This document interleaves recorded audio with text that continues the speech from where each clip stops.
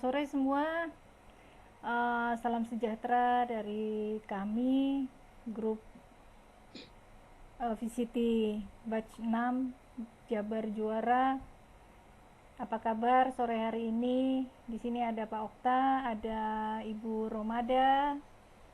Semoga bisa mengikuti hari ini acara kita dari awal sampai selesai ya Pak, ya Bu.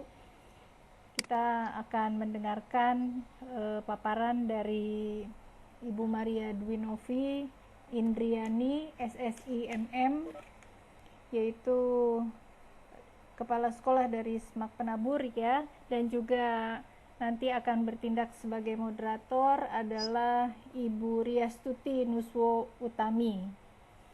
Baik, untuk mempersingkat waktu supaya nanti ke belakangnya kita tidak kehabisan waktu untuk tanya jawab, maka saya sebagai host, saya Lydia Kurniawati, mempersilakan acara diteruskan oleh Ibu Tami. Silakan Bu Tami. Baik, terima kasih Ibu. Ya, halo semuanya. Di sini ada Bapak Oka, ada Ibu ya, Ibu Romanda, Bapak Sito, kemudian ada satu lagi Ibu Siska nih, bergabung. Selamat datang Ibu Siska. Dan juga terutama Ibu Maria yang hari ini akan dan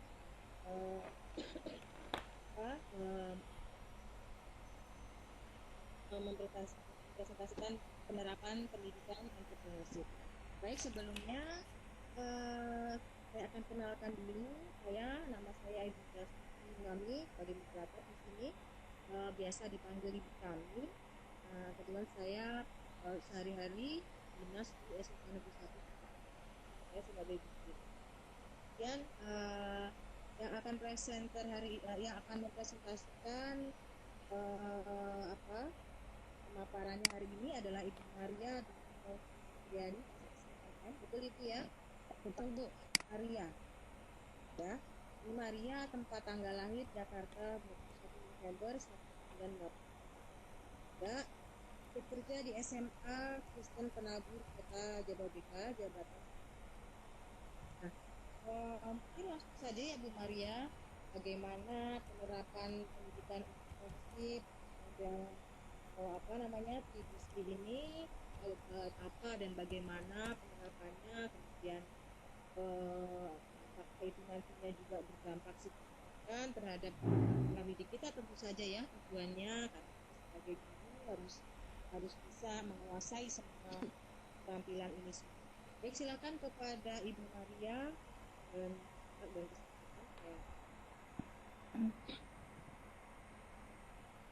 Ya, selamat sore Bapak, Ibu, guru, dan rekan-rekan yang hebat, Jabar Juara. Selamat sore. Ya, terima kasih untuk kesediaannya bergabung di room ini. Kita bisa bersyukur, kita boleh bersyukur kalau di masa prihatin pandemi COVID-19 ini kita masih boleh bertemu dan belajar banyak hal melalui virtual koordinator training batch 6 ini. Ya, pada kesempatan ini saya tidak akan mengajar ya Bapak Ibu, saya tidak akan menggurui juga, tapi hanya sharing saja mengenai apa sih yang ada di sekolah kami, khususnya di Penabur. Dan saya juga akan senang hati bila ada rekan-rekan yang ingin bertanya ataupun berbagi pengalaman, kami persilahkan. Oke, saya akan share presentasi saya.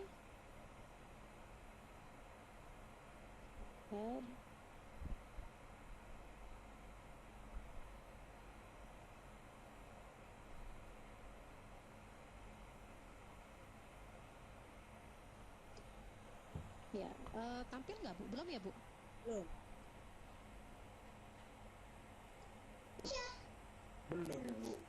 Belum ya, oke.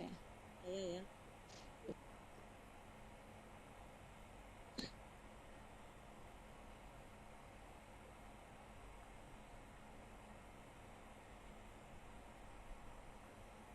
Ya udah. Sudah ya? Sudah starting. Startingnya sudah tampil Bu, presentasinya Bu? Ya, sudah ya? Ya, selamat sore Bapak Ibu guru hebat Jabar Juara. Ini saya pada sore hari ini saya akan menceritakan sharing mengenai pendidikan entrepreneurship dengan model 3DSI. Apa itu 3DSI, apa itu entrepreneurship. Sebelumnya saya akan memperkenalkan diri saya terlebih dahulu. Ya, nama saya Maria Dinovi Indriani, SSIMM. Saya lahir di Jakarta 21 November 1983. Saat ini saya bertugas di SMA Kristen Penabur Kota Jababeka dengan jabatan sebagai kepala sekolah. Dengan mata pelajaran mengampu untuk TIK. Ini kontak saya Bapak Ibu. Oke, kita langsung masuk saja ke materi. Ya, saya yakin Bapak Ibu semua juga sudah tahu apa itu entrepreneurship. Atau kalau di SMA ada mata pelajaran PKWU ya Bapak Ibu, prakarya dan kewirausahaan. Lalu kenapa sih kita harus ada menyisipkan program ataupun pendidikan khusus, pendidikan entrepreneurship di sekolah? Apakah entrepreneurship itu tidak cukup diberikan di mata pelajaran PKWU? Atau harus dimasukkan ke dalam struktur dan muatan kurikulum? Ya, pertama saya akan mengajak Bapak Ibu semua untuk kita menengok kembali siapa sih murid-murid kita. Kalau kita lihat ya, karena di sini jangkauan kita mulai dari TK sampai SMA, kita lihat adalah Gen Z dan juga Gen Alpha, di mana kedua generasi ini ya jauh berbeda dengan ya saya bilang zaman-zaman kita. Yang guru-guru muda pun, yang guru-guru milenial pun sudah ada gap yang begitu besar dengan anak didik kita saat ini. Mereka terlahir itu sudah sebagai generasi yang semuanya tuh era digital, semuanya era komputer, di mana kemajuan ilmu pengetahuan teknologi berkembang pesat.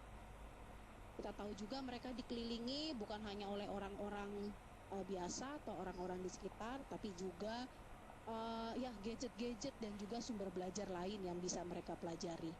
Bagaimana dengan hubungan leadership? Ya, kalau kita zaman dulu itu ketemu guru itu kayak itu takut, hormat banget. Kalau anak-anak sekarang nggak bisa. Kalau kita perlakukan mereka itu, mereka harus nurut sama kita, mereka harus ngikutin apa mau kita. Tapi mereka akan mengajak kita untuk sebagai kolaborator, sebagai sama-sama bekerja sama dengan anak-anak kita. Kalau kita ingat juga dulu itu kalau ditanya mau cita-cita mau jadi apa, pasti pertanyaannya adalah jadi dokter, jadi insinyur, jadi pilot. Ketika kita tanya, ya betul Bu. Ketika kita tanyakan anak-anak sekarang, kayaknya itu udah jarang ada jawaban seperti itu. Mau paling dokter itu masih ada, tapi ketika ditanya insinyur itu sudah semakin mereka sudah tahu lagi di breakdown di detailnya seperti apa. Kalau kita tanya pasti ya anak akan jadi blogger ya, jadi vlogger, jadi musik arranger, jadi musik director, jadi event organizer dan lain sebagainya. Banyak pekerjaan-pekerjaan baru itu yang tercipta di sekarang ini. Nah, ini pula yang fenomena yang terjadi di abad 21 ini ya Bapak Ibu, di mana ini saya ambil dari 21st Century Skill Education Competitiveness Partnership for 21st Century, di mana kalau kita lihat ini core subject atau mata pelajaran yang kita diberikan di sekolah itu tidaklah cukup, harus dilengkapi dengan penunjang-penunjangnya itu ada di merah, kuning, dan biru ini. Yang merah ini apa? Ya, ini life and career skill atau bagaimana mereka belajar untuk di kehidupan dan juga karirnya.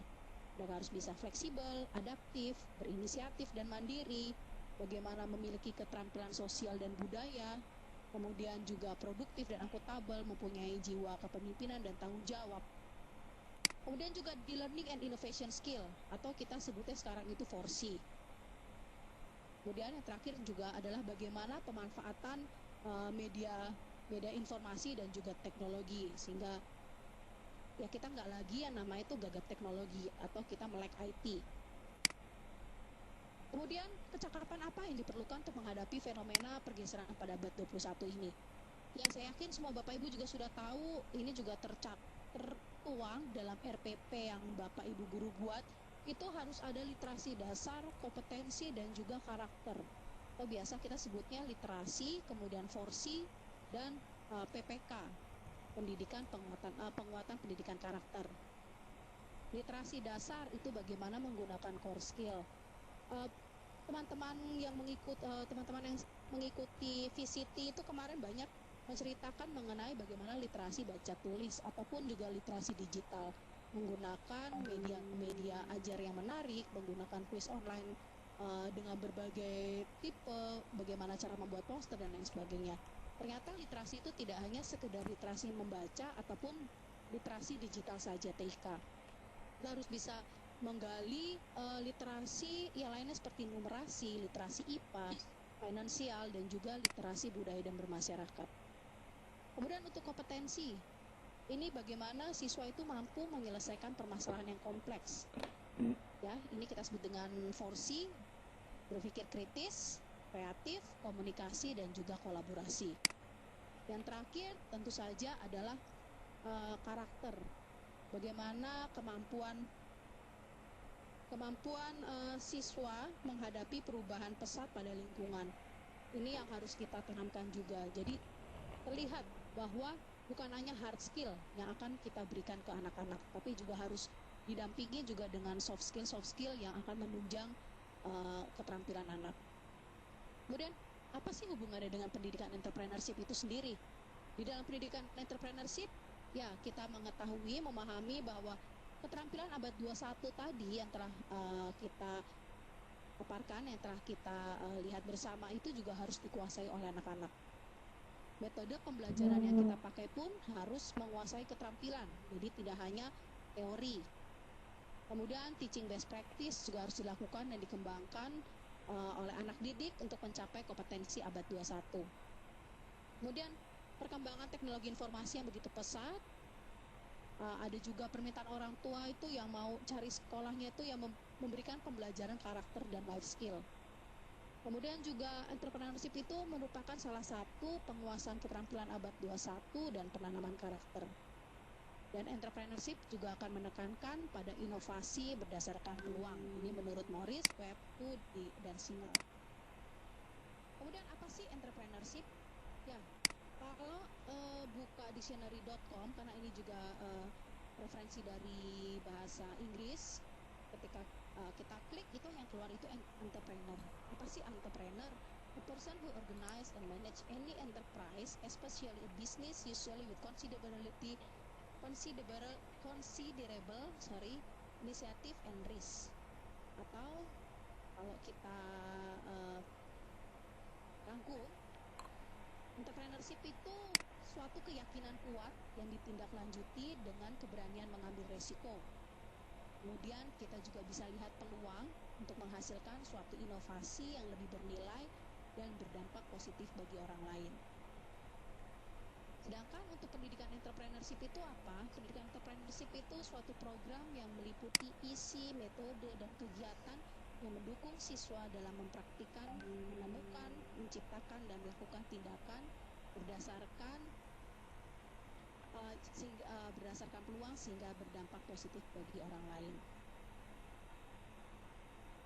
Nah, inilah yang akan kita tanamkan ke siswa kita melalui pendidikan entrepreneur agar anak-anak kita tuh memiliki jiwa entrepreneur. Apa itu jiwa entrepreneur? Tadi selain memiliki jiwa kepemimpinan yaitu disiplin, tanggung jawab, kemudian jujur, bekerja keras, mandiri, direktif ya, komunikatif, manajerial, problem solving, interpersonal, dan lain sebagainya. Ini tadi yang kita ambil dari definisi bahwa mampu menangkap peluang, menciptakan sesuatu yang lebih bernilai, dan juga berani mengambil resiko. Ini jiwa yang akan kita tanamkan untuk anak didik kita ketika mereka mendapatkan pendidikan entrepreneurship. Dan yang harus kita tanamkan, entrepreneurship itu bukan berjualan atau mendatangkan banyak untung sehingga nanti uang kita banyak dan itulah sukses. Itu bukan sukses seorang entrepreneurship. Bukan hanya sekedar berjualan, dapat untung, dapat uang banyak. Tapi bagaimana mereka memiliki jiwa entrepreneur itu sendiri yang akan kita tanamkan ke siswa-siswi kita. Nah ini dia, kalau kami rangkum jiwa entrepreneurnya itu seperti apa saja. Yang pertama OVC itu tadi. OVC itu opportunity recognition, bagaimana mampu menangkap peluang. Value creation, dia bisa menciptakan sesuatu yang lebih bernilai. Apakah itu produk sudah ada, kemudian dia membuat inovasi sehingga menjadi lebih ada nilainya. Dan juga calculate risk taker, berani mengambil risiko. Kemudian jiwa entrepreneurship yang kedua yang akan kita berikan ke anak-anak kita itu adalah base karakter. Base karakter ini adalah karakter lulusan dari penabur. Ini akronim dari BITAF, Excel Worldwide, Service Society, dan Trust in God. BITAF sendiri artinya tangguh. Dia mandiri, dia pantang menyerah, ya berani ambil resiko, terus juga tidak mudah putus asa ketika menghadapi tantangan. Kemudian yang kedua, Excel Worldwide. Excel Worldwide artinya dia mampu menguasai bahasa asing dan juga teknologi. Jadi nggak hanya sekedar pintar atau sekedar memahami pengetahuan, tapi juga dia harus menguasai teknologi. Service society ini artinya bisa berbagi dengan sesama. Trust in God, tentu saja ini juga karakter yang harus kita tanamkan. Kita harus mengutamakan Tuhan ketika kita melakukan suatu pekerjaan apapun. Berikutnya, 21st century skill, itu tadi yang sudah kita bahas di halaman sebelumnya, yaitu career skill, 4C, learning and innovation skill, kemudian bagaimana penguasaan media, informasi dan komunikasi. Atau tadi bisa kita tambahkan literasi, 4C dan juga karakter. Cuma karena karakter sudah saya masukkan di base karakter. Suara saya terdengar jelas ya, Bu? Apakah terlalu cepat, Bu? Enggak ya? Oke. Yes. Barangkali ada yang mau bertanya dulu atau itu boleh nggak Bu Maria? Barangkali ada yang tadi terlewat atau telah kabur, boleh kalau ada yang mau ditanyakan itu ya Bu Maria. Ya silakan Bu. Oke, ini presensi juga sudah ada, silahkan yang bagi presensi. Lanjut Bu Maria, sementara belum ada Bu. Ya, berikutnya tahapan pelaksanaan proyek entrepreneurship atau kita sebutnya ini sebagai sebenarnya project based learning. Ini juga salah satu model pembelajaran ya. Tapi ini kita menggunakan istilahnya itu 3DSI. Jadi ketika anak-anak mengerjakan proyek atau mengerjakan suatu tugas itu menggunakan tahapan ini. Ini yang kita berikan ke siswa-siswi kita. Pertama itu melalui tahapan discovery. Discover, design, do, and evaluate. Atau kita sebutnya makanya 3DSI. Karena ini berbasis bahasa asing, bahasa Inggris, kita D-nya kita kasih apostrof S ya. Karena bentuknya jamak, ada 3. Dan ini merupakan sebuah siklus. Jadi ketika anak-anak sudah membuat suatu proyek, tidak berhenti begitu saja, tapi ini akan terus diperbaharui sampai sampai proyeknya itu benar-benar bisa bermanfaat. Oke, kita masuk di D yang pertama, discover. Discover ini berarti kita akan mengajak anak-anak kita itu menemukan target pemahaman atau konsep dari proyek yang akan mereka buat. Kemudian peluang di balik fakta. Ada inovasi apa? Ini tadi ya termasuk jiwa entrepreneur yang harus kita tanamkan ke anak-anak. Peluang itu seperti apa? Oh, misalnya nih, ambil contoh gampangnya aja. Di sekolah kami itu masuknya pagi ya Bu ya, 6:30, kemudian kami ada di lantai atas, di lantai 4 itu basement, kalau mau ke kantin itu jauh ke bawah. Mungkin bagi kita yang bisa melihat ini sebuah peluang, itu bisa menjadikan ini adalah proyek. Wah, kalau gitu saya buat misalnya pagi itu peluang jualan nasi uduk untuk teman-teman saya, tapi dengan customize. Misalnya dengan menu-menunya memang disesuaikan dengan anak-anak. Misalnya, ide inovasi ini juga merupakan satu ide inovasi. Kemudian juga anak-anak akan menemukan keunikan dan perbedaan model dan proyek inovasinya. Misalnya mereka memang mengembangkan proyek yang sudah ada.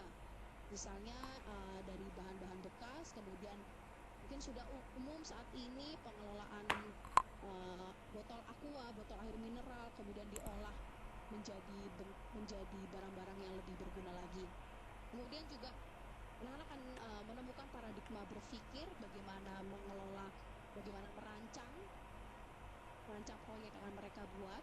Kemudian sasaran inovasinya itu nanti untuk siapa, kemudian hubungan objek dan juga kebutuhan sasaran inovasinya itu seperti apa, hubungan konsep dengan ide inovasi, mereka juga harus sudah bisa menemukan dari landasan teori-teorinya, misalnya akan membuat pembangkit listrik tenaga surya ya, menggunakan tenaga surya itu berarti mereka harus tahu dulu konsepnya.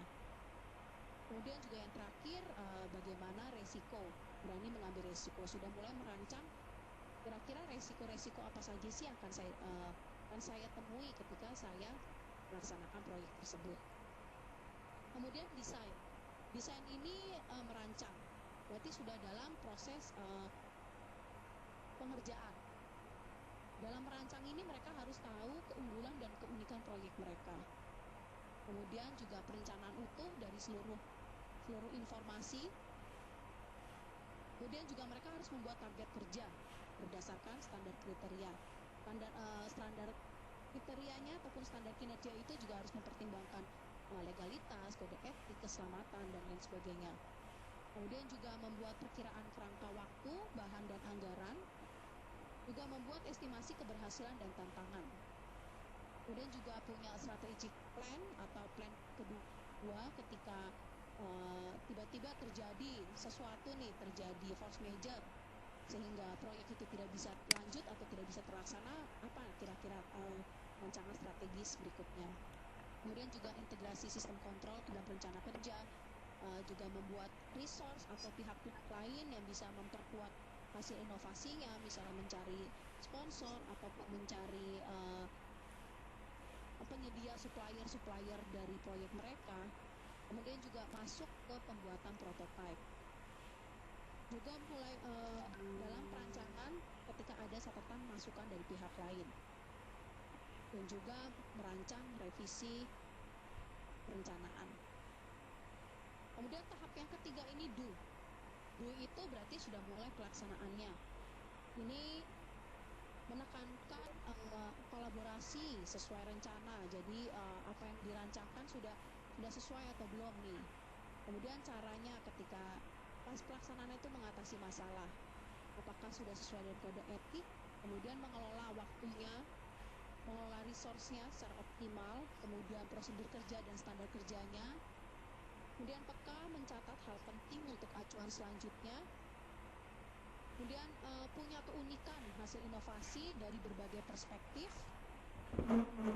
Bahasa yang digunakan pun juga komunikatif. Pemilihan media dalam menyampaikan pesan juga ini harus mereka buat. Dan juga pelaksanaan ini juga harus mengembangkan rasa percaya diri buat mereka. Kemudian untuk yang evaluate, berarti evaluasi setelah proyek mereka laksanakan, mereka buat, itu mereka akan mengevaluasi kemajuan belajar yang telah dicapai. Kemudian hubungan sebab akibat antara hasil dan proses kerjanya itu sudah mereka akan lihat ketika hasilnya ini kok ternyata produk saya ini hasilnya nggak sesuai dengan apa yang saya mau buat, akan dilihat proses kerjanya seperti apa. Kemudian ketercapaian target berdasarkan kriteria yang telah ditetapkan. Apakah ini sudah sesuai dengan target, sesuai dengan kriteria yang dilihat. Kemudian kemungkinan peningkatan hasil yang telah tercapai. Kita melihat hasilnya sudah terlihat. Kemudian juga mengevaluasi lagi ada faktor penghambat, apa saja kok produk saya ataupun proyek saya ini gagal, kemudian cara mengatasi seperti apa. Dan target berikutnya dan juga menyusun target berikutnya berdasarkan hasil evaluasi. Itu konsep dasar dari 3DSI.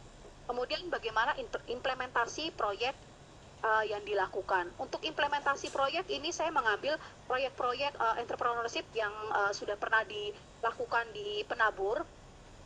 Ini contohnya, ini adalah art performance ya, atau pentas seni.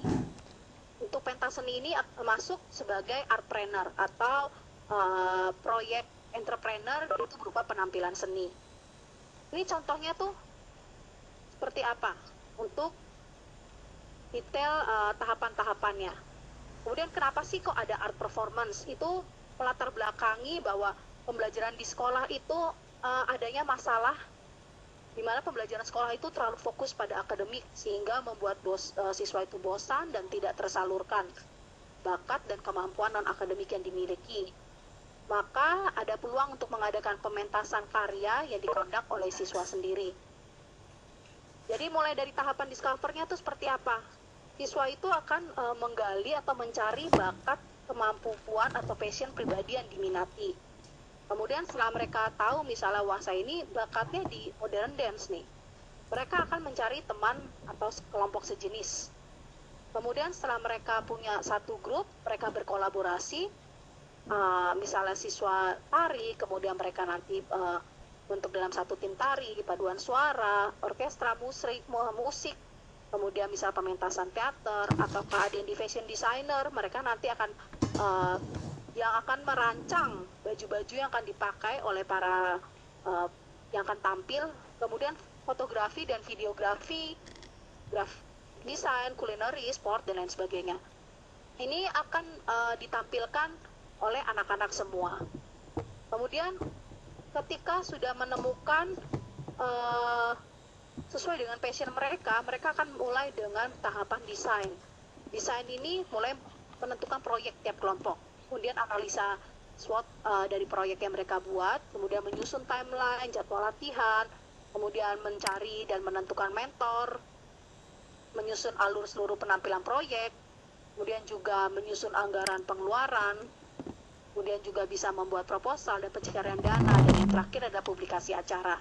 Kemudian ketika mereka sudah mendesain rancangan, mereka sudah menentukan misalnya akan tampil di pentas seni akhir tahun, maka dulunya ini adalah pelaksanaan tersebut. Misalnya dalam satu pementasan di durasi 3 jam itu akan menampilkan seluruh karya siswa di sekolah dan akan dihadiri orang tua dan tamu undangan lain. Evaluate ketika mereka sudah selesai melaksanakan akan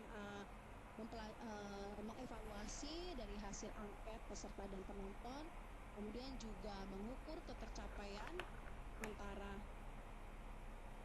target dan hasil yang dicapai. Ini sesuaikah dengan rundown acara, kemudian jumlah penontonnya, perhitungan keuangannya seperti apa.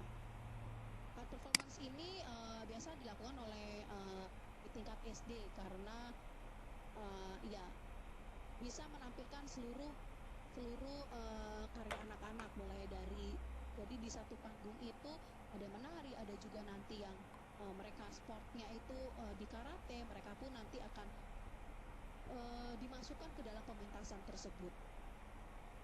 Ini contoh penerapannya untuk yang di art performance. Kemudian masuk ke implementasi proyek cafe competition. Ini masuknya sebagai sociopreneur. Bagaimana siswa-siswi kita itu mereka menciptakan karyanya itu bermanfaat bagi orang lain, tapi juga memberikan keuntungan bagi diri mereka sendiri. Ini contoh pelaksanaan cafe competition yang dilaksanakan di sekolah kami. Jadi sebenarnya seperti basar, tapi basarnya ini unik. Mereka tiap kelompok itu tidak ada yang sama tipe-tipenya, apa yang mereka pamerkan, apa yang mereka jual, ataupun apa yang mereka berikan jasanya ya. Jadi ini nggak hanya barang, tapi juga kita tampilkan jasa. Ini kita mulai dari mereka membuat publikasinya juga. Setelah mereka merancang dan saat akan pelaksanaan, mereka akan membuat flyernya, poster-posternya. Ini juga dikirimkan untuk banyak orang. Nah, cafe competition ini kami laksanakan tuh saat pembagian rapot ataupun ketika Gebiar Entrepreneurship semua jenjang dari TK dan SMA. Dan ini akan dijadikan peluang bagi siswa untuk memberikan makna ya, daripada orang tua itu menunggu ataupun tidak melakukan sesuatu apapun, tapi mereka bisa mampir ke kafe-kafe yang telah mereka rancang. Bagaimana tahapan untuk cafe competition ini? Kita masih menggunakan 3DSI. Discover, dari mulai discover itu siswa akan mencari bakat, kemampuan, passion pribadi yang diminati sama seperti art performance tadi. Kemudian juga akan mencari teman atau kelompoknya yang sejenis. Jadi tidak hanya dalam satu kelas, tapi juga bisa mereka berkolaborasi dengan teman-teman yang lainnya. Kemudian nanti bisa dibentuk kolaborasi, misalnya seni. Mereka akan bikin pojok seni, ada yang tampil band, akustik musik, kalau vokal kah, dan lain sebagainya. Kemudian nanti ada yang mereka menampilkan lukisan dan juga seni krianya atau prakaryanya. Kemudian juga mereka yang senang cooking, nah ini biasanya nih yang jualan. Tapi jualan di sini juga nggak hanya berjualan berjualan saja ya, tapi mereka juga memasaknya. Jadi memasak dari mereka belanja cari bahan sendiri, mereka mengolahnya di sekolah juga dan sampai memasarkan produk tersebut. Kemudian dari sisi fotografi juga kita mereka juga bisa ya kayak foto booth ataupun berkeliling seperti tukang foto. Nah kalau ini saya balik lagi, ini ada Aloha Cafe, ini Let's Capture Your Memory. Ini juga dia seperti tukang foto keliling, tapi dia fotonya tuh Polaroid, jadi bisa langsung jadi. Kemudian juga kulineri, science eksperimen, dan lain sebagainya. Ini ada kafe olahan remaja Kora-Kora. Nah ini juga selain kafe, mereka mengadakan membuat permainan-permainan untuk anak-anak. Nah ini cukup diminati oleh anak-anak TK SD terutama, karena permainan-permainan ini juga dibuat sendiri oleh siswa. Jadi bukan permainan misalnya kayak mancing, terus udah kita beli pancingan yang ada di mall, yang ada di pasar, sudah jadi. Ini lempar bola juga anak-anak yang membuatnya sendiri dari bahan-bahan bekas yang kita olah lagi menjadi permainan-permainan. Kemudian juga contoh discover juga mereka di bidang matematika, bagaimana menumbuhkan kecintaan anak-anak itu terhadap matematika. Mereka bisa mengusahakan membuat topi itu, tapi bordirannya itu rumus matematika, kemudian rumus-rumus lain sebagainya di berbagai media. Jadi tidak hanya topi, ada kaos, ada tas, dan lain sebagainya.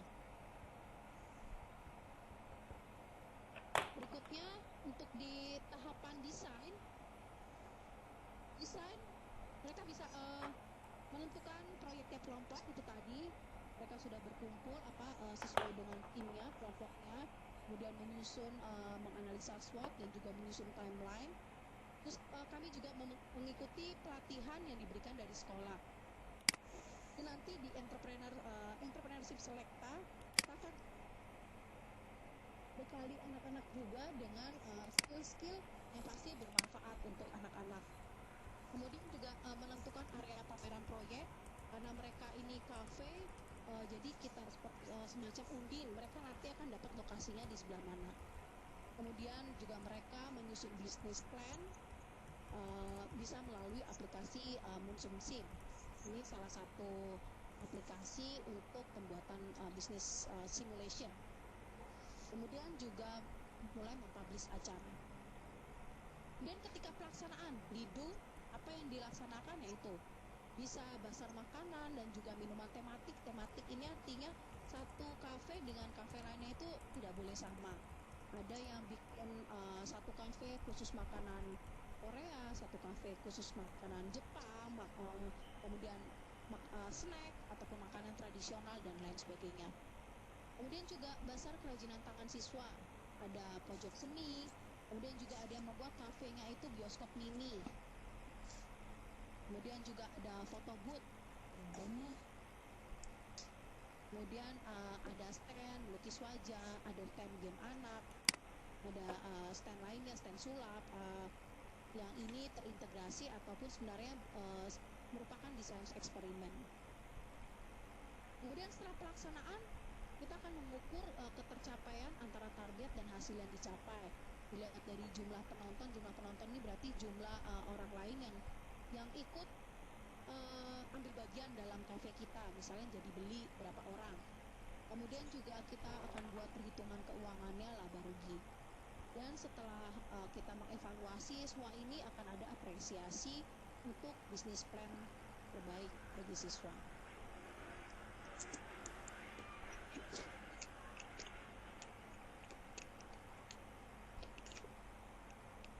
Ya, Bu Iya, Ami, baik. iya demikian Bu. Pemaparan Bu Maria. Jadi itu semua sudah dilaksanakan Bu ya di sekolah Ibu pastinya ya Bu ya? Iya, tapi ini Bu, karena kami itu kan dari TK sampai SMA itu memang kita punya spesial programnya itu adalah entrepreneur, dan ini yang kita laksanakan di semua jenjang dari TK sampai SMA.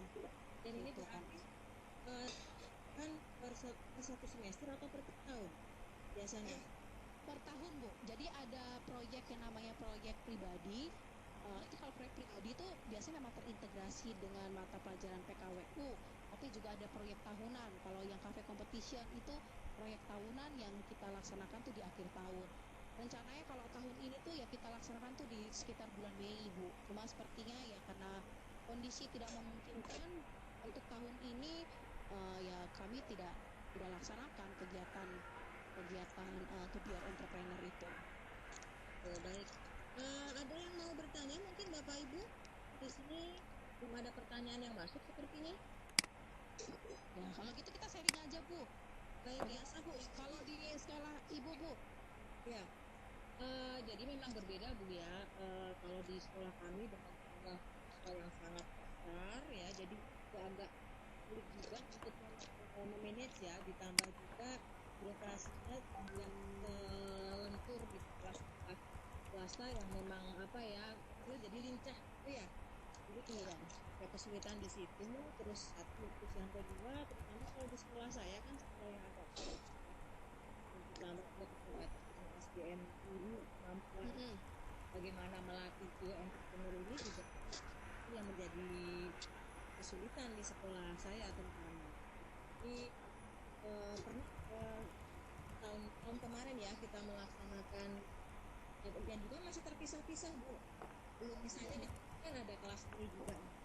Nah tapi pada saat mereka apa ya melakukan tampilan seni mereka sendiri.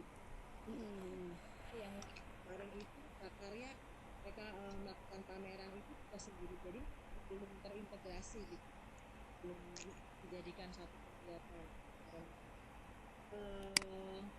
Ya saya ya mungkin kendalanya ya di itu harusnya yang bagian kurikulum terutama ya, cuman itu deh nggak gitu sibuk, terlalu sibuk dan iya betul. dan itu tadi agak susah dengan birokrasi tadi. Ya, itulah yang di sekolah negeri agak susah untuk apa namanya bergeraknya, itu banyak sekali kendala. Dan teman-teman yang lain bisa ada yang mau sharing ya, silahkan. Ya, karena itu tadi lah Bu ya, yang pasti jumlah murid yang banyak ya Bu. Ya Karena itu ketika itu dia, kalau di kami itu kami satu komplek itu dari TK sampai SMA mengadakan gebiar, itu benar-benar gebiar entrepreneurship barengan Bu. Jadi memang semua tiap jenjang itu punya kegiatannya masing-masing. Jadi ketika SD itu, nah itu yang pentas seni itu dilakukan oleh SD. Kemudian nanti kami yang SMA itu cafe competition, SMP pun juga pentas seni. Sehingga ketika di satu hari itu benar-benar ya semua siswa itu tampil menunjukkan apa yang mereka ya miliki, bakat dan kemampuan yang mereka punya. di Gitu. kami itu 1.200 Bu. Luar biasa ya Bu ya. Saya 1.200. Dan tadi ya memang benar bahwa generasinya kan sudah berbeda, dibutuhkan karakter yang berbeda karena tantangannya juga berbeda ya. Dan ya saya pikir memang benar banget gitu. Tapi kalau di daerah saya anak-anak kalau ditanya masih hampir sama dengan zaman saya SMA dulu, dokter, kemudian perawat. Kalau daerah saya nih yang tinggi-tinggi di Bekasi masih anak-anak masih profesi yang konvensional. Mereka terutama orang tuanya juga kalau dijelasin saya pengen jadi desainer interior, ngapain itu nanti kerjanya, ya pasti yang seperti itu, apalagi blogger dan sebagainya. Nah, kalau di sini masih apa ya, belum mengenal yang hal seperti itu, jadi masih agak dan anaknya juga masih konvensional. orang tuanya juga apalagi gitu. Pernah dulu anak-anak tuh diterima di jurusan pendidikan tata boga di media itu kan bagus banget ya. Iya. Kita pikir dia bisa mengajar, sekaligus nanti dia bisa berwirausaha juga, tetapi ya nggak boleh, ngapain kamu capek-capek sekolah suruh masak katanya gitu. Betul. Jadi seperti itu di sekolah saya. Oh tadi Didi itu ternyata discover, desain, dulu dan Do evaluate. Iya, Bu. sekali ya. Bapak Ibu barangkali ada yang mau bertukar pikiran atau mau sharing atau mungkin mengajukan pertanyaan, dipersilahkan. Maria mungkin ada yang mungkin terlupa atau belum disampaikan, silahkan. Bapak Ibu karena mungkin terlalu jelas sama aku tadi. Nah ini udah jelas dan lengkap semua disampaikan. Iya, karena ya memang hanya sharing sih Bu ya, sharing dan kita di sini juga ya tadi saya nggak menggurui, tidak mengajari, tapi kita sama-sama sharing karena mohon maaf ada gangguan anak saya. Iya. Mohon maaf ya Bapak Ibu, ada bintang tamu kedatangan. Ya, Bapak Ibu silahkan ditulis komentar dan juga pertanyaan mungkin ya. Sebenarnya tadi kita sebelum acara kita sempat ngobrol ya Bu ya, bahwa kita ini sebenarnya berasal dari 3 generasi yang berbeda. Karena dengan generasi saya Bu Dia gitu kan, itu sangat berbeda karakternya. Ya kalau dulu kita tadi saya cerita sama Bu Dia, kita masih ngalamin zaman SMA, masih belajar mesin ketik ya, harus pakai sendiri kan. Kalau sekarang mungkin nggak akan terbayang dengan itu gitu. Jadi memang ya zaman sudah berubah dan istilahnya kita anak sekarang itu tidak banyak, karena banyak kan dari zaman ini sendiri. Dan kita sebagai guru ya harus siap dulu gitu, kita mengikuti bagaimana anak ke depan dia dihadapkan dengan persoalan apa, kita harus menyiapkan diri untuk mengenali anak kita ini dengan keterampilan karakter, sehingga nanti pada saat dia sudah lepas dari orang tua sampai dengan pendidikannya diharapkan bisa menjadi diri kan Ibu ya. Ya, Iya, betul Bu. Nah sekarang Bu dari Ibu host ini, Ibu Lydia mungkin Ya, berkecimpung di TK Pak UT Bu ya, mulai dari Ya. TK sampai di SD Bu. ya terima kasih. Menerapkan pendidikan. Terima kasih Bu Maria dan juga teman-teman. Halo, selamat datang yang baru bergabung. Ya, pada intinya yang tadi Ibu Maria paparkan itu bagus sekali ya dan bermanfaat dan juga menginspirasi kita supaya lebih lagi kita bisa berbuat sesuatu dari apa yang kita sudah pernah lakukan begitu ya.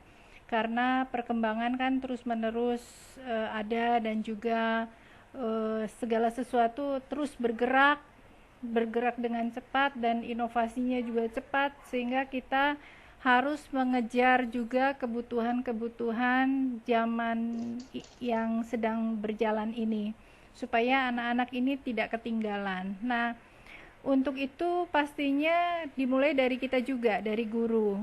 Gurunya harus mau maju, gurunya harus mau belajar, gurunya harus mau berubah juga gitu, meninggalkan sesuatu yang udah ketinggalan zaman ya. Kita belajar yang baru gitu, sehingga kecepatan belajar dari guru itu pastinya dari kita semua ini tergantung dari kemauan kita gitu. Nah, yang saya mau tanyakan adalah Ibu Maria, gimana caranya meng-hire nih tim Ibu Maria supaya semuanya bisa bergerak nih, karena saya lihat Bu Maria juga hebat ya, cepat sekali, segala sesuatu cepat sekali. Itu dia. Iya. Kewirausahaan dia mengadakan pameran sendiri gitu. Iya. Memang suatu yang istimewa ya, Bu Maria bisa dan mereka berkolaborasi membuat suatu event gitu ya Ibu Lydia ya. Iya, betul. Tapi setelah ini kita minta dari teman-teman ya, ada pertanyaan dan juga mungkin tanggapan ya dari para peserta kita ini yang luar biasa. Terima kasih untuk waktunya. Silakan Bu Maria. Ya, bagaimana ya, yang pasti kolaborasi antara guru dan anak-anak itu harus ada ya Bapak Ibu ya. Semua ya ya puji Tuhan guru-guru kami juga kebanyakan masih muda Bu. Saya yang paling tua malahan Bu di sekolah itu. ketika ketika diajak kegiatan yang seperti ini tuh malah apa ya, ini kegiatan yang menyenangkan dan diinfokan apa ya, diinfokan ke siswa juga. Kami itu juga bukan yang maha tahu, artinya kita bisa menjadi mentor buat mereka, tapi kita lebih ke tutor, bahwa kita sama-sama belajar bareng, kita sama-sama apa yang kamu punya, apa yang saya punya, ayo kita bagi-bagi di sini. Gak jarang juga seperti yang tadi kafe-kafe itu juga idenya itu muncul memang dari siswa-siswi kita sendiri ya, dan memang apa ya, puji Tuhan juga kita diberikan anak-anak juga yang mereka punya ide-idenya tuh ada aja. Kemudian juga yang pasti didukung dengan pendanaan juga sih Bu sebenarnya ya, karena saya yakin untuk membuat seperti itu tadi, terutama tadi untuk art performance itu juga bukan sesuatu yang murah juga. Kita juga berkolaborasi dengan orang tua, itu yang pasti sangat membantu kita. Untuk entrepreneur yang di TK SD itu sangat-sangat tergantung juga dari kerjasama orang tua, karena kalau orang tuanya juga tidak membantu, anak TK itu suruh bikin misalnya mereka proyek rumah sakit misalnya, kalau nggak ada orang tua nggak mungkin anak-anak itu bisa bikin maket rumah sakit, bisa bikin rancang di rumah sakit itu denahnya kayak gini loh itu. Jadi ini memang dibutuhkan kolaborasi, dibutuhkan sinergitas antara guru, siswa, dan juga anak-anak. Guru, siswa, dan juga orang tua. Betul Bu. Sekolah juga ada memang dari di anggaran sekolah memang ada ya Bu ya, untuk Iya Bu. yang ini ya. Iya betul. Tapi memang kalau kita membiarkan siswa itu untuk berpikir dan berkarya, itu memang hasilnya tuh biasanya mengejutkan Bu. Iya betul Bu. Banyak sekali hal-hal baru. Ibu mungkin SMA ya, kalau di saya kan SD dan PAUD, tapi juga hasilnya luar biasa. Kalau di kami ada yang namanya Hari Bakat. Nah, Hari Bakat itu ini dari tahun ke tahun juga kami survei. Jadi waktu pertama itu agak dibatasi gitu, misalkan jenis lagunya atau apa. Nah, tapi kemudian kita sedikit lepaskan, kita sedikit bebaskan, ternyata kami melihat banyak sekali potensi yang mengejutkan gitu ya. Dari teman-teman mungkin Ya, silakan dari Bapak Ibu. Jadi jiwa entrepreneur itu dari sejak TK bahkan ya Bu Maria ya, Iya Bu, betul Bu. tanaman itu ya dari TK berlanjut ke SD, SMP, lalu ke SMP ya. Iya.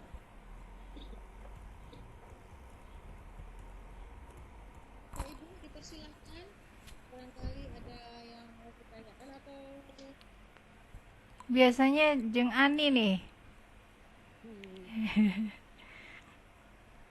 boleh diketik di ini ya, sama di chat ya, kan? Atau juga dari Bapak Ibu guru timnya atau yang hadir di sini. Mungkin dari Bapak Ibu guru ada kesulitan atau pernah mengalami sesuatu ataupun surprise gitu ya Bu ya. Mungkin bisa diceritakan supaya kita juga bisa tambah pengetahuan. Tapi kalau di sekolah Bu Lydia juga sama, ada itu tahunan. Iya, ada. Khususnya di dekat, kami taruhnya sebetulnya di dekat Hari Bakat itu di dekat April ya, gitu. Tapi jenisnya macam-macam gitu. Jadi ada seni, ada olahraga juga gitu. Tapi kemudian olahraga kita pisahkan dengan sains. disatukan olahraga dan sains. Kemudian performance seni sendiri gitu. Ada berapa Bu di desa sekolah? Kami 180-an, Bu. Banyak ya? Lumayan. Kalau untuk PAUD ya. Kalau Bu Oh, Maria, PAUD dan SD, Bu. oh dari SD. Iya. Ada berapa Bu sampai SMA? Kami SMA aja nggak banyak Bu, karena kami juga sekolah baru, sekolah kecil. Total kami 135 itu untuk SMA. Tapi kalau dari TK, SD, SMP, SMA itu kalau kita ngadain kegiatan gabungan seperti open house, kemudian juga gebiar entrepreneurship, itu ya kurang lebih 200, ya 700 sampai 800 siswa sih Bu. Oh ya. Dan itu berarti kalau Bu Maria untuk SMA-nya saja. Iya. Untuk SMA. Itu ada performance yang mengundang orang tua nggak, Bu? Oh iya Bu, itu pasti kita mengundang orang tua, khususnya sih kalau TK SD ya Bapak Ibu ya, itu eh, tiket juga dijual karena bagaimanapun juga ini adalah kita menghargai kerja keras dari anak-anak kita yang sudah tampil, itu mengundang orang tua gitu. Oke. Ini sepertinya menarik sekali ya. Mungkin Iya Bu, sebenarnya ya akhir Mei Juni ini sih kita akan laksanakan, cuma ya sudah pasti dibatalkan Bu. Ibu, baik, Ibu, masih ada waktu ya sekitar 5 menit, barangkali ada yang pertanyaan. Presensi silakan diisi yang belum. oke. Mungkin sambil menunggu, kalau tidak ada yang bertanya, saya bertanya lagi. Ibu tadi menjelaskan bahwa entrepreneurship 3DSA itu apa ya, Bu? Ini, iya 3DC. Mungkin tadi saya terlewat atau bagaimana?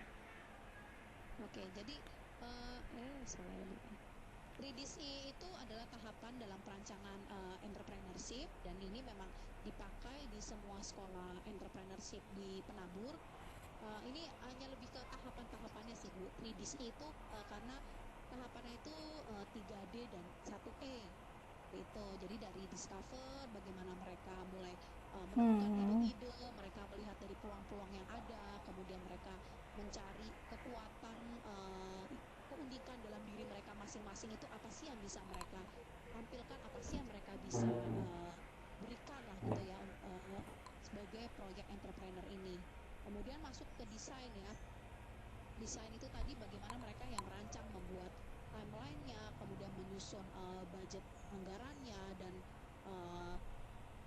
untung ruginya, targetnya nanti seperti apa, sampai perhitungan ya, termasuk rugi labanya seperti itu. Kemudian ketika didu, itu adalah saat pengeksekusian kegiatannya. Ya, tadi contohnya saya itu ambil di yang cafe competition itu ya, itu hari hanya mereka melaksanakan cafe competition itu bisa nggak harus barang, karena yang tadi kita tekankan juga bahwa jiwa entrepreneur itu bukan jualan ya Bu. Kalau cuma jualan, misalnya ya udah melihat anak-anak saya nih tadi seperti tadi bisa ambil peluang bikin nasi uduk. Kalau hanya jualan nasi uduk kemudian dapat untung, itu bukan sekedar jiwa entrepreneur, tapi bagaimana dia juga mencari ada inovasi-inovasinya, kemudian melihat resikonya. Wah, ini resikonya ketika nanti saya sudah bawa banyak, nggak ada yang beli, bagaimana? Seperti itu. Jadi itu udah di tahapan dunia. Kemudian ketika sudah dilaksanakan, mereka juga harus mengevaluasi. Ketika tadi mereka bikin kafenya itu kafe bioskop mini seperti itu ya, mini bioskop. Loh, ternyata yang datang itu cuma dikit, itu juga rata-rata anak-anak TK aja. Kenapa ya anak-anak SMP ataupun orang tua itu nggak tertarik datang ke bioskopnya, misalnya seperti itu. Oh, berarti nanti bisa dilihat dari genre filmnya, misalnya seperti itu. Atau kafe yang lain, misalnya kafe foto, kan ada yang buka kafe itu kayak macam foto keliling tapi Polaroid. Oh, ini juga nggak banyak ya peminatnya. Nah, ini bisa evaluasi lagi. Oh, ternyata anak sekarang sudah punya handphone, untuk apa mereka pakai foto Polaroid seperti itu misalnya. Jadi ketika sudah mengevaluasi hasil, target, pencapaian, kemudian eh, kinerjanya mereka berproses itu sudah maksimal atau belum, ini akan terus lihat lagi ke discover. Oh berarti kita harus lihat lagi nih apa yang akan kita identifikasi lagi dari keunikan ataupun kekurangan dari proyek yang sudah kita lakukan, begitu Bu. Jadi ini semacam siklus ya. Jadi ini siklus pelaksanaan proyek itu, atau kita sebutnya sebagai project based learning. Terus kalau untuk yang membimbing nih, ada nggak guru pembimbing khusus nih yang proses mulai dari discover, desain, sampai ke enggak, atau guru prakarya, atau memang ada guru khusus yang dia menyiapkan untuk proyek tahunan? Proyek tahunan sih memang dipegang oleh guru prakarya ya Bu ya, guru prakarya. Kemudian nanti juga kita punya sebutnya itu kayak mentor. Jadi nanti ada satu tim guru itu dia akan mementori di satu kelas. Jadi ketika nanti ada proyek misalnya seperti besok akan saya paparkan hidroponik ya atau aquaponik, itu guru itulah yang akan bertanggung jawab dengan kelasnya. Tapi secara penuh ini masuk menjadi tanggung jawab dari guru prakarya, guru PKW. Baik, sudah setengah 6 ya Ibu. Biar sih boleh kali Bu ya, kalau ada yang Iya, satu pertanyaan. iya. Barangkali ada teman penasaran atau tadi terlewat. Kalau nggak ada saya lagi nih nanti. Iya. Itu berapa lama Bu dipersiapkannya itu? Dari mulai di launching persiapan sampai adunya. Oke, jadi dari awal tahun itu kita sudah sharekan programnya itu ada apa saja Bu yang terkait dengan kegiatan entrepreneur. Itu mulai dari kita ada sebutnya itu Akapreneur ya Bu. Jadi kalau AK itu SMA, K, penabur kota Jababeka, kita sebutnya sebagai Akapreneur Select A. Itu kita berikan anak-anak juga kayak skill-skill. Misalnya untuk nanti mereka akan membuka kulineri, kafe makanan, maka kita gandeng trainer-trainer itu, misalnya chef dari sekolah mana ataupun dari universitas mana, itu untuk membantu anak-anak kami diberikan pelatihan seperti itu. Kemudian juga biasanya sih kita memang menggandeng institusi-institusi lain untuk berbagi, sehingga anak-anak kita memang sudah punya modal sebelum nanti mereka pelaksanaan di dunia itu sendiri. Jadi di awal tahun memang sudah kita itu kan Bu, sudah kita rancang kegiatannya itu, ini nanti di bulan apa kegiatan entrepreneurnya berupa ini, kegiatan ini nanti di bulan Februari itu workshopnya, kemudian nanti di akhir tahun itu biasanya di April, Mei, Juni itu ada di Gebiar Entrepreneur itu. Oke. Gitu Bu. Iya, iya. Ya, dan jadi harus disampaikan tadi bahwa berbeda generasi ya, tentu saja kebutuhan mereka untuk ke depan juga semakin kompleks. Dan jadi Bu Karya tawarkan salah satu solusi ya adalah dengan mengajarkan mereka entrepreneur 3D is 3D ya Bu ya. Iya Bu. Discover, design, do, dan evaluate ya. Nah, mungkin untuk bersambung ya Bu Karya, ini bersambung besok ya. Iya Bu. Bisa dikatakan bersambung walaupun sebenarnya temanya tapi mungkin besok itu contoh ya. Iya betul.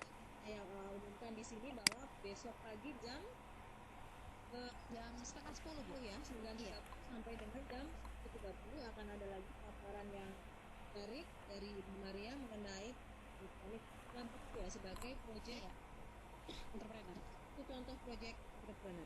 Ya, baik, terima kasih teman-teman yang sudah meluangkan waktu, sudah memberikan perhatian ya dan mengikuti acara ini. Ada Bapak Anang, ada Ibu Ani, ada Pak Kota, satu lagi tadi dengan Ibu masih ada nggak nih Bu? Siapa tadi? Ada nggak di sini? Baik, terima kasih rekan-rekan semuanya. Selamat sore, sampai Oh ya, closing statementnya belum dari Bu Maria? Silakan Bu Maria. Ya. Iya, terima kasih Bu. Closing statement dari saya, yang pertama itu ya kita harus bisa mulai, bukan hanya memulai untuk anak didik kita, tapi juga untuk kita sendiri ya Bapak Ibu ya. Jadi pendidikan entrepreneurship kita ngajarkan ke anak-anak, tapi kita juga harus terapkan untuk kita masing-masing. Bisa temukan passion kita, rancang, kemudian tanyakan apa yang perlu untuk mendukung entrepreneurship kita. Kemudian setelah itu juga gali potensial kita, gali potensial anak, terutama karena ini di pendidikan entrepreneurship di sekolah, gali potensial mereka, kita juga bantu untuk mengembangkan dan juga ajar mereka untuk jangan menyerah. Dan yang terakhir, bahwa kesuksesan kita, khususnya di sini sukses sebagai entrepreneur, itu bukan dari banyaknya uang yang kamu dapatkan, tapi bagaimana kita bisa memberikan manfaat, bagaimana kita memberikan nilai yang berbeda untuk banyak orang di sekitar kita. Jadi itu Bu, bahwa sekali lagi bahwa entrepreneur tidak hanya sekedar jualan, cari untung, kemudian dapat duit banyak, tapi bagaimana kita mau melihat peluang usaha dan melakukan setiap inovasi sehingga karya yang kita buat itu bisa bermanfaat untuk orang lain. Oke, terima kasih sekali lagi Ibu Maria, Ibu Lydia dan rekan-rekan semuanya. Selamat sore, sampai berjumpa di waktu yang lain dan kesempatan yang lain. Terima kasih, selamat sore. Assalamualaikum warahmatullahi wabarakatuh. Baik, terima kasih. Ibu Maria Dwi Novi Indriani SSIMM yang sudah memaparkan tadi penerapan pendidikan entrepreneurship dengan model 3DC. Luar biasa paparannya. Terima kasih juga untuk moderator kita Ibu Riastuti Nuswo Utami SPDMA dari Seman 1 Sukatani. Juga terima kasih buat teman-teman yang sudah hadir di room kami. Terima kasih juga buat VCT batch 6 yang sudah memberi kami peluang yang begitu luar biasa sehingga kami dapat belajar. Ada 3.000 orang yang mengikuti ini, dan kami juga berharap jikalau nanti nextnya ada batch 7, teman-teman semua bisa mengikuti karena ini memang sangat-sangat bermanfaat. Iya. Dan ini kita ikuti gratis, tapi memang perlu ketegaran dan kekuatan untuk melakukan semua tugas-tugasnya, tapi sangat-sangat bermanfaat. Makanya saya mendorong untuk teman-teman, jikalau nanti next ada lagi program ini, semuanya bisa mengikuti karena manfaatnya sangat-sangat besar. Ini pun kesempatan ini pun adalah merupakan satu tugas dari VCT Batch 6 untuk kami melakukan semuanya ini. Terima kasih teman-teman yang sudah bergabung. Sukses selalu, sehat. Kita bersyukur karena acara ini sudah kita bisa lalui dengan lancar. Terima kasih semuanya. Tuhan memberkati. Assalamualaikum. Sehat selalu, Jabar Juara Pembelajar. Thank you. Banyak Ibu. Thank you. Maria, Ya Bu, terima kasih semua teman-teman. Bye. Ya Bapak Ibu bisa Boleh memunculkan wajahnya juga. Jangan lupa besok kita ketemu lagi. Besok ada 2 acara, teman-teman. Ibu Maria tadi pukul 8:30 dan Ibu Tami pukul 4:30. Ditunggu kehadirannya. Ibu Tami pukul 5:30, Ibu Maria pukul 9:30. Iya. Terima kasih banyak.